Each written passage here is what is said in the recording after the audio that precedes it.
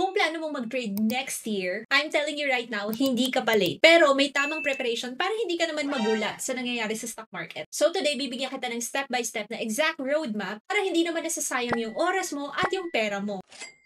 Hi, if you're new here, my name is Christina and I've been making videos about trading and investing in the Philippine stock market sa paraan na hindi komplikado dahil yung simple, gumagana. Unahin natin ito, mindset. Kasi kahit gaano ka kagaling sa technical analysis or yung pag-aaral ng price charts para makita natin kung kailan bumibili at nagbebenta ng stocks, kung medyo mali yung mindset, pwedeng malugi ka pa rin eh. Ang goal natin sa first year of trading is hindi para palaguin yung pera or to double your money. Ang goal natin is to maintain the capital habang natututo. Think of it like learning to drive. Diba sa mga nag-ano dyan, theoretical at practical driving lessons, kasi hindi ko na naabutan yon, sabak na agad sa road, no? Pero for those who have undergone the process, no, diba, hindi ka naman agad sa expressway. Siguro sa subdivision muna kayo, mag-iikot-ikot muna kayo doon, and then unti-unti, dahan-dahan, ilalabas na kayo, hanggang nasa main road na kayo. So, probably, kung nag-start pa lang tayo, no, alisin muna natin yung get rich quick scheme. Pag sinabing, you're gonna earn 10,000 every week, it could be possible, but maybe on your first year na nag-aaral ka muna, hindi muna siya posible. Alisin muna yung think of one big trade or yung naka-jackpot ka, ganyan. Pwede ding alisin natin yung fear of missing out sa mga trending stocks. At marami ako naririnig niyan, like, you've seen a stock grow